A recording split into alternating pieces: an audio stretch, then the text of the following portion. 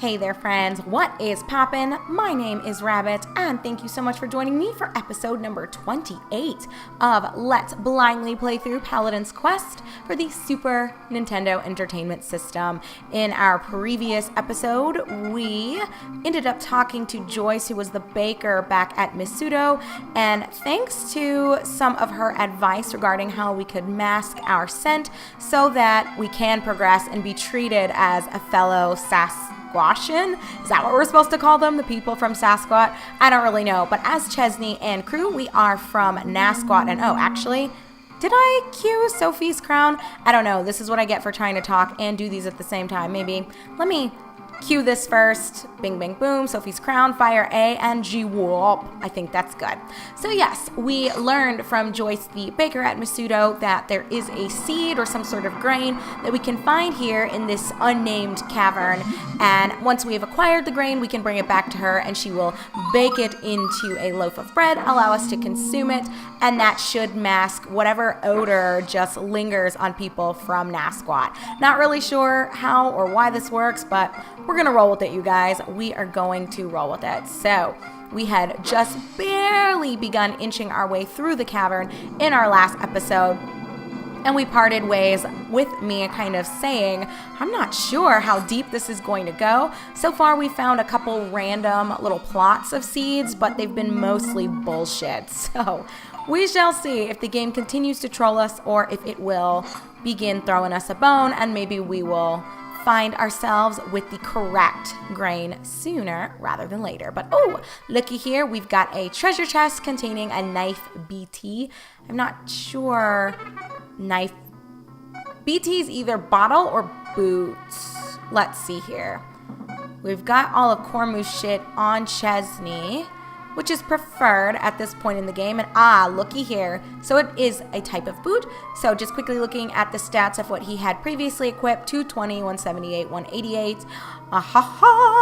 It is a much better thing to go ahead and plop onto him here. So we will do just that, and wabam. And you know what? While I'm thinking about it, let me go ahead and heal him up. He is paralyzed yet again. I was lamenting how obnoxious paralysis is, not just in this game, but in general. It really can begin to get under your skin, but I think he should be fine now. We've got quite a lot of mini bottles to our name, and I promise fairly soon I will be going through and rearranging some of the shit in my inventory, just so that it doesn't look like a complete hot mess. I'm not sure if I'm alone in feeling that way, but it drives me up the wall, you guys, when my inventory just looks a hot mess and things are all over the place, not organized whatsoever. It begins to eat at me a little bit. Not that it really should matter, yet for some reason it sort of does for me. But I will take care of that. I won't make you guys watch me do that. I think what I kind of want to prioritize is at least putting all of the mini bottles around one another so that I'm not scrolling all the way to the bottom of my bag just to access some of them and then the other ones are at the top. I don't know. It bothers me. I know I'm a little neurotic and it really doesn't matter. Who cares? Just takes an extra second or two to actually flip through everything. But if it's going to ease my anxiety, I say it is worth the investment.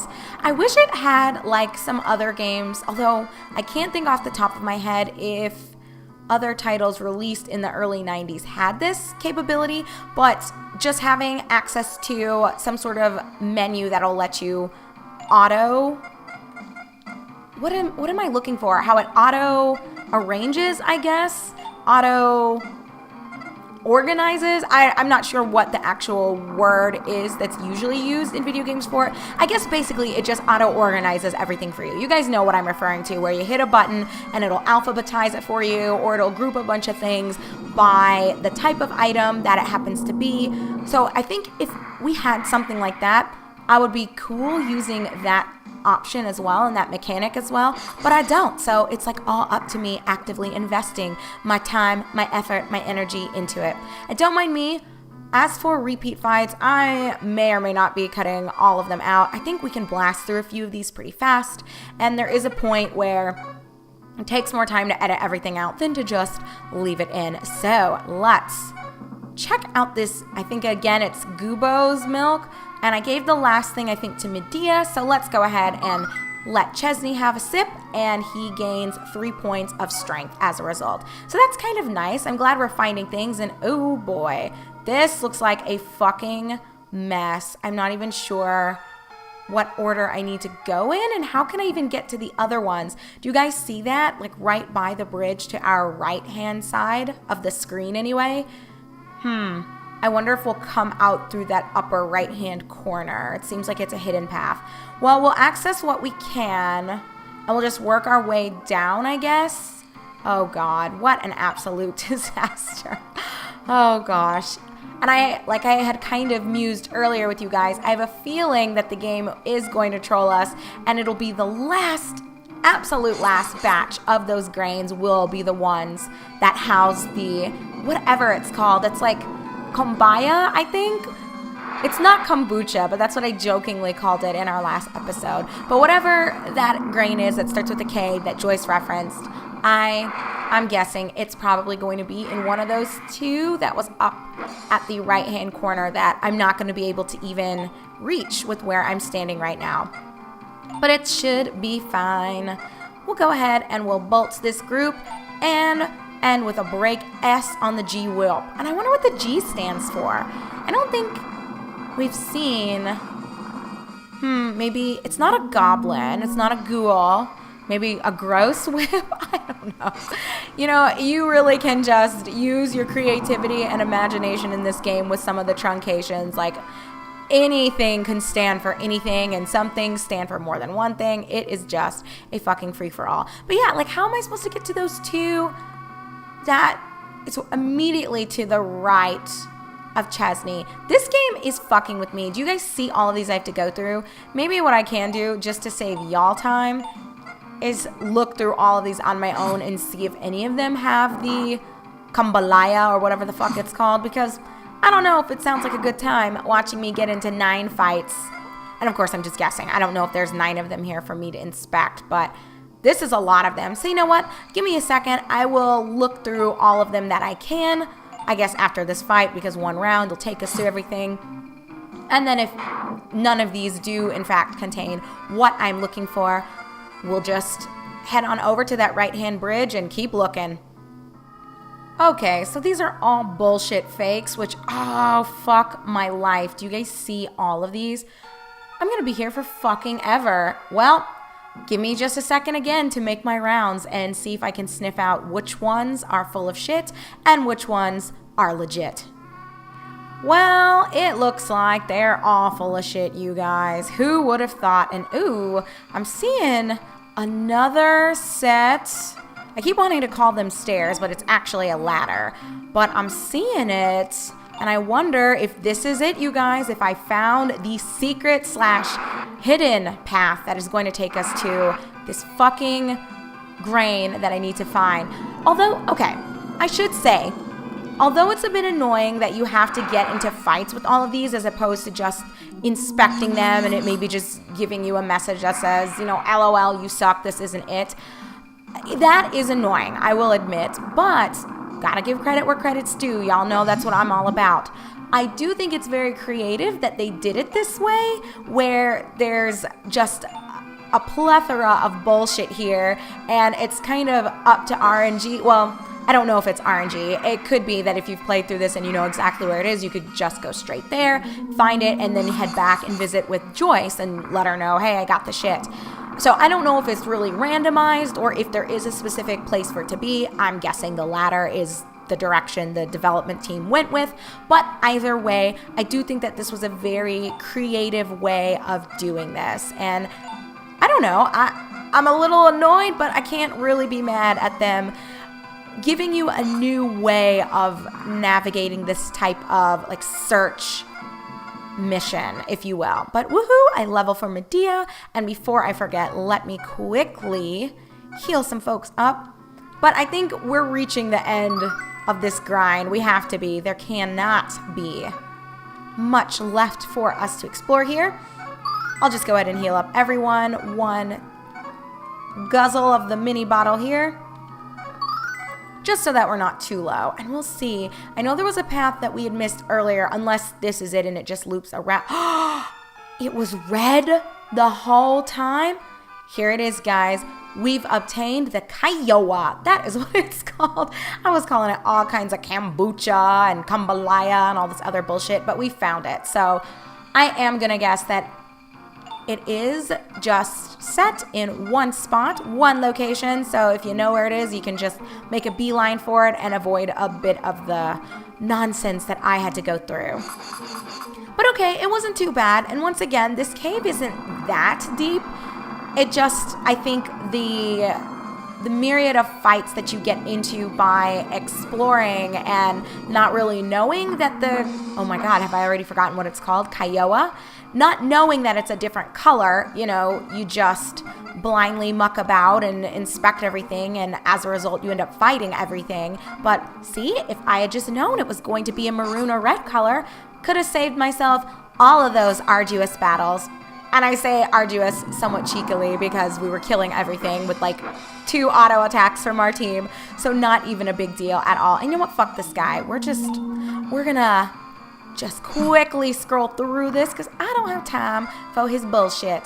But do you guys see the golden XP we're picking up from this? It's a little insane. I don't know what we're going to do with all this money. I'm hoping that there will be a point where some very nice equipment is going to have the potential to be unlocked, and maybe there will be a high price tag attached with that. That is kind of my hope and a bit of an expectation, if I can be completely honest, but we'll see. I don't know if the game is going to go in that direction or if the money glut is just what it is, and that you'll end up finishing the game with like 100,000 gold to your name and you never really had an opportunity to spend it all. But I would say it maybe feels better, especially for someone who isn't into grinding. It probably feels better to have too much money than too little money.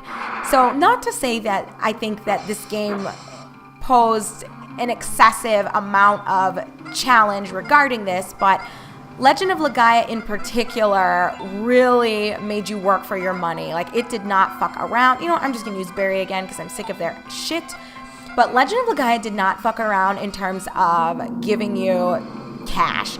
There is a point later on in the game where I wouldn't necessarily call it an exploit, but there is an easier way to make money, and then from that point forward, you'll never really feel poor. But up until that point in the game, and it's around the halfway mark, it's a struggle, you guys, to maintain your funds and to make sure that you can afford all of the newest, the latest, and the greatest equipment that each of the towns have to offer to you. So I know for some people, maybe that's annoying, and they're not humongous fans because as a result of the game being somewhat stingy with their money, you do have to do a bit of grinding up until a certain point, and you are required to, well, I shouldn't say required, but it's really encouraged if you're not using certain items.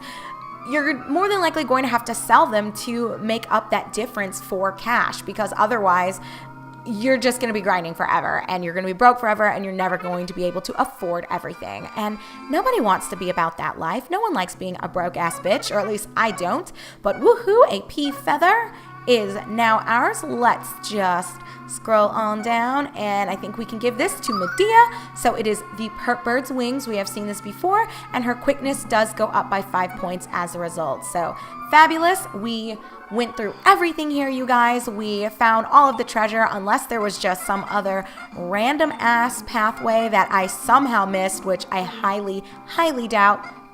We got everything. I like that the game's been giving us a lot more consumables. I think, was it in our last episode or 2 episodes ago, I was sharing with you guys that I feel a lot of the treasure chests have just been containing equipment that to me doesn't feel as great to find because we've purchased everything due to the fact that we have so much money. So I think some of the chests feel like they're just there for the sake of being there and not, oh God, I don't mean to do that. Let's go on back and hit heat. But I don't necessarily like that feeling of things just being there as placeholders or because the team felt like, oh, well, we should have a chest here. If it's not going to contain anything super useful, I'd rather just not be there, but I get it. It does also feel good if for whatever reason you are broke and you've spent a lot of your playthrough running from fights. You might not have the excess cash that I have in tow to just go ahead and buy everything whenever you're in a new town or a new village. So I get it. I guess just for the sake of making sure everyone's play style is accounted for, I suppose it makes sense to just go ahead and plop things wherever they have room to go ahead and place them, because, you know, maybe you don't have that Abro SP that I bought ages and ages ago. And that is just fine. So the point of me kind of drolling on about all of that is just to say, I like that they've been giving us a lot more consumables. I haven't seen a place for us to purchase some of these consumables, and I don't know if that is even going to be a thing at some point. I'm guessing it's not, but holy shit, why are they all on Chesney's dick here? Well, we're gonna have to put a stop to this crap, because I ain't trying to hear it, y'all. Okay, and I know I'm cutting it so close, you guys, but it's only because I'm trying to get us through this. I don't know, we may or may not make it back to Misudo. Oh my goodness, it could be a wrap for Chesney, which I'm honestly not that concerned about.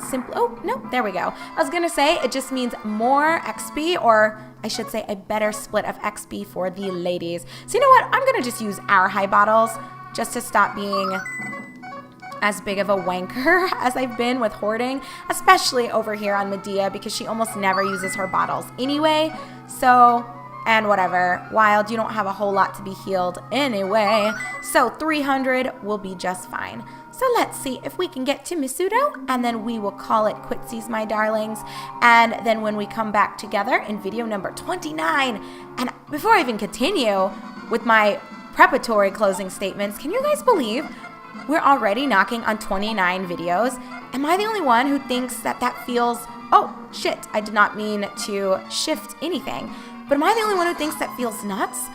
It almost feels like we just started the adventure, and it makes me feel a little sad because I hope that doesn't mean that the game will be over soon.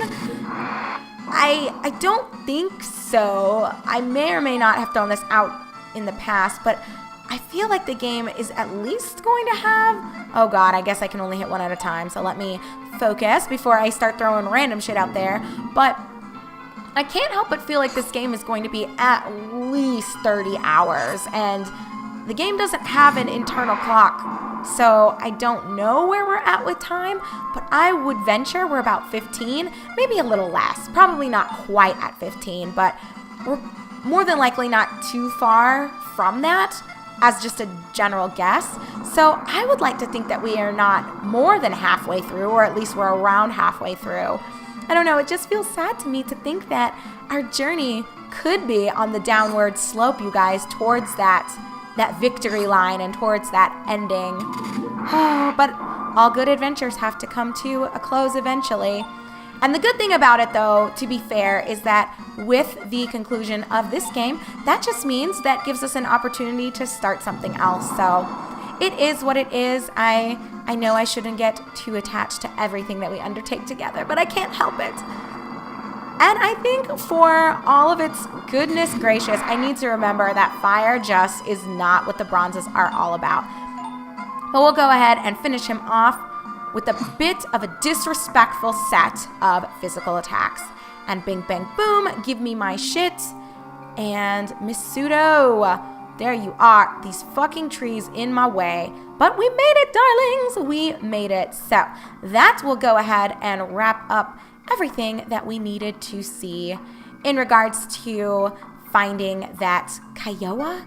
Why am I having such a hard time remembering this stupid thing's name? I have to check once and for all. It is in fact Kiowa, so perfect. When we come back together, darlings, in episode number 29, we will immediately go up and visit with Miss Joyce, who promised that she would bake this Kiowa into bread for us so that we can mask our smell, and then I'm guessing it will allow us to take the rope network to the next area that we need to be investigating. So I will meet up with you guys in just a moment in our next episode. My name is Rabbit. This is my blind playthrough through Paladin's Quest for the Super Nintendo Entertainment System. So thank you very much for watching, and I look forward to seeing you guys soon.